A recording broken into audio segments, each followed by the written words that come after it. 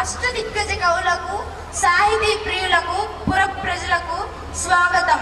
మా పాలనలో జీవితాన్ని ఆనందంగా సాగిస్తున్న జానపదులు సైతం కొన్ని రసవంతమైన సమస్యలను పంపించారు. మీరు వాటిని రసవత్తరంగా పూరించి నేటి భువన విజయ సభను రంజింపచేయండి. చిత్తం రాజేంద్ర, మీతో నేటి భువన విజయ సభను ప్రారంభించాలన్నది నా అభిలాష. మీ ఆలోచన నిజమే పెద్దగా మధ్య, కానీ ప్రభువుల పాలనలో అనేక భాషలు ఉండగా తెలుగు భాషపై ఇంత మక్కువ చూపడానికి గల కారణమేమిటో? అదేమిటి సూరన కవి, మందారు మకరందాలు జాలువారే తెలుగును ఇష్టపడని వారుంటారా?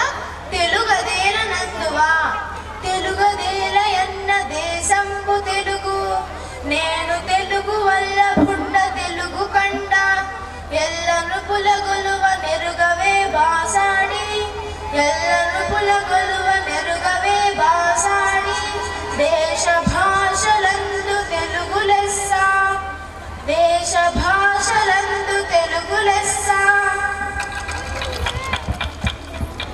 మరి ఇంతటి మన తెలుగు భాష మీద ఎందుకు మమకారం ఉండదు? పెద్దన గారు, కవులారా, మేము పద్యమును తర్వాత పూరిస్తాం. ముందు మీరంతా పద్య పూరణకు పూనుకోండి. చిత్తం ప్రభు, మీ అభిప్రాయమే మా శిరోధాలు. పెద్దనామాత్యం, మీ పద్య పూరణకు సమస్య ఇదిగో. అగ్రజానుజలై రణజాగ్రజులుగా. ఆహాహా, ఏమి సమస్య! అన్న తమ్ముడు, తమ్ముడన్నలయ్యారా? ప్రభు, నా పూరని ఇదిగో.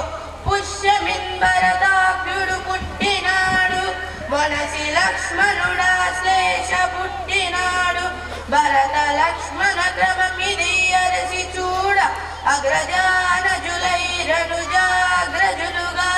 కానీ లోక వ్యవహారంలో రామలక్ష్మణ భరత శత్రుడు అని ఉంటుంది. శబాష్ పెద్దన గారు.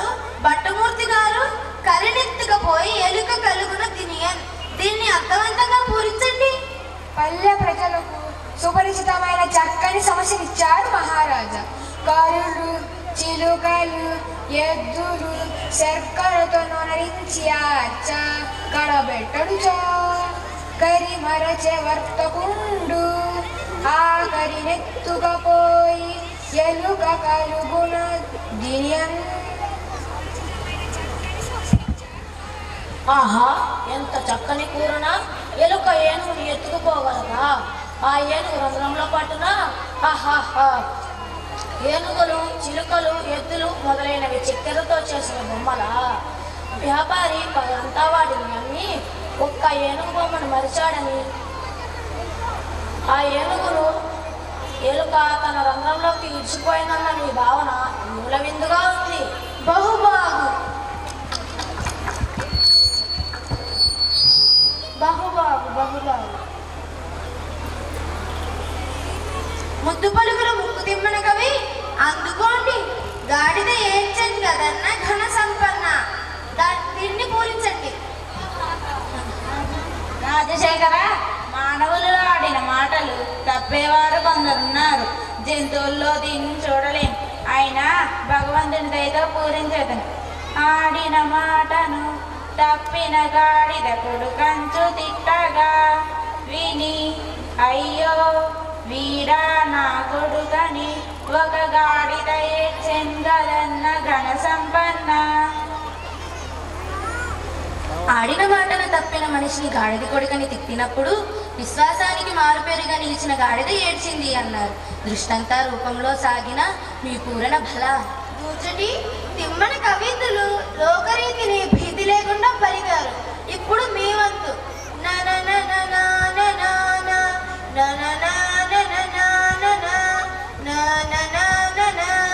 అనే సమస్యను మీరు పూరణ చేయండి. ప్రభు, అక్షర విన్యాసం తప్ప అర్థం కాని సమస్యనిచ్చారు. అయినా చక్కగా పూరించదను. నిన్ను నిన్ను నిన్ను నిన్ను నిన్ను నిన్ను నిన్ను నిన్ను నిన్ను నుంగని లయతాల సంగతుల గాన కళా పరిపూర్ణ మానసంబున పలుకు నిరాగముల మోదము నల్లుచు పల్కు నిట్టులన్ నన నన నన నన నన నన నన నన ఫల శ్రీకాళహస్తీశ్వరుని వరప్రసాదం కవిత్వంగా పొందిన దుర్జటి మన సభ గొప్పతనాన్ని గురించి పొలంలో పనితో పాటుగా పాటలు పద్యాలు పాడుకునే వైఖరి అద్భుతం. అవునవును, జానపదుల సొత్తు జానపదం. సత్యం చెప్పారు రామకృష్ణ. తదుపరి మీదే వంతు. మేక మరియు తోక ఈ రెండు దత్తపదాలతో ఒక సీస పద్యం చెప్పండి. మమ్మేలిన దేవర, నన్ను ఆదేశిస్తే కాదంటానా? ఆలకించండి మహాప్రభు.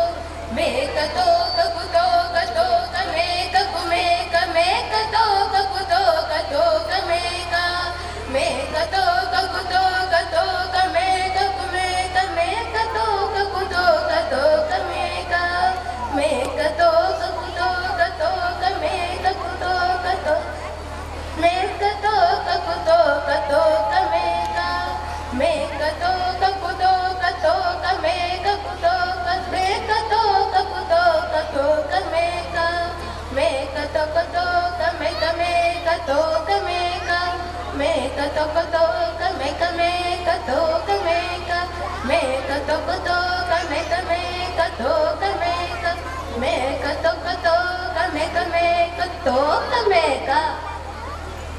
మీరు సామాన్యులు గారు రామకృష్ణ. ఏమేమి మేకల కాపురి అడిగి మేతకై మేక తీసుకుపోతున్నాడా? ఒక మేక ముందర పోతుందా? ఆ మేక తోక వెనుక బాగానే ఉందా? ఆ మేక తోక వెనుక మరొక మేక ఉందా? ఇలా మేకలు పోతున్న తీరును మేక తోక అనే దత్త పదాలతో చక్కగా చిక్కగా చెప్పారు. శభాష్ రామకృష్ణ కవి, మీ కత్తికి రెండు వైపులా పదనే మరి. అందుకే మీరు వికట కవి అయ్యారు.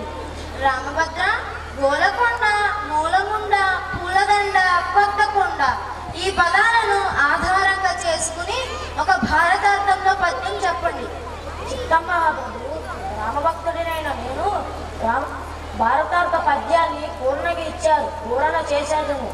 ఓయి కురురాజా, నీ కొడుకు తగోల కొండ భజనుండు వినుమూలముండదింకా బండ నమ్మునన్ గెలిపింతు పాండు సుతులన్ బండ నమ్మునన్ గెలిపింతు పాండు సుతలన్ పురమునన్ పూలదండ రేకొత్త కుండ పురమునన్ పూలదండ రేకొత్త కుండ. ఓయి గురురాజా, నీ కుమారుడు దుర్యోధనుడిది ఉత్తగోల కలిగిన మనసు, ఆకారంలో కొండలాగా ఉంటాడు, బుద్ధి బలం లేనివాడు. నా మాట వినుము, యుద్ధం వస్తే సర్వం నాశనం. సమరంలో ధర్మానికి బద్ధులైన పాండవులు గెలుస్తారు, నీ కుమారులు మరణిస్తారు. చాలా బాగుంది రామభద్ర. తరువాత పింగళి సూరణ, మా ఆరాధ్య దైవం శ్రీహరి దశావతారాల గురించి ఆశువుగా ఒక పద్యం చెప్పమని వేరొకరు పంపారు. ప్రారంభించండి. కృష్ణదేవరాయ, మీరు కోరినట్లు వినిపిస్తాను. మత్స్యమై జడరించి పడయించే సోమకు కూర్మమై కవ్వకు గుండె మోసే గతి అయి హిరణ్యాక్షుని తడక్కించెను. హరి అయి వధించే ప్రహ్లాద జనకు వటుడై బలిదనుచు వంచించి ఉదయించు. భార్గవుడై క్షత్రపక్తి జండే దశరథ రాముడై దశకంఠ వేగటాచు. శౌర్యుడై దృష్టుల సంహరించు. బుద్ధుడై త్రిపుర స్త్రీల బుద్ధి మార్చు. రుద్రుచే వారి భక్తను దృంగ చేసే కల్కి అయి మెచ్చ సంతిని బిట్టు మార్చు. హరి దశావతార చరిత్రమభినతము. సూరణ గారు దశావతారాల గురించి మనోహరంగా వివరించారు. ధన్యవాదములు ప్రభు. మహాప్రభు, వచ్చే దారిలో ఒక జానపదుడు ఒక సమస్యను ఇచ్చారు, మీరు అనుమతిస్తే అది మీకు ఇస్తాను. తప్పకుండా. సభారంభంలో మీకు మాట ఇచ్చాను కదా, కానివ్వండి. అందుకోండి మహాప్రభు. అందరు నందరే మరియు నందరు నందరే అందరందరే, దీనిని మీరు పూరించండి. అది సంగతి. ప్రభువుల వారికి ఇవ్వదగిన సమస్య.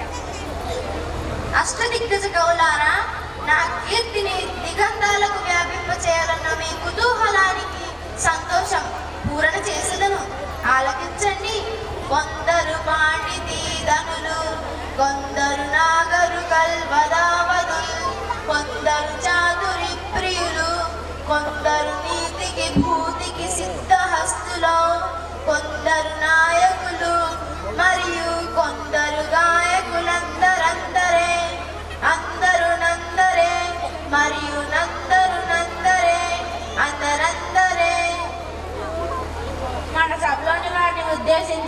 బహుబాగా చెప్పారు ప్రభు.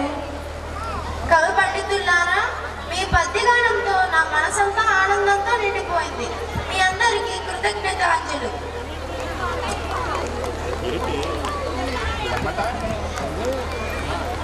Kalau tak ada apa-apa,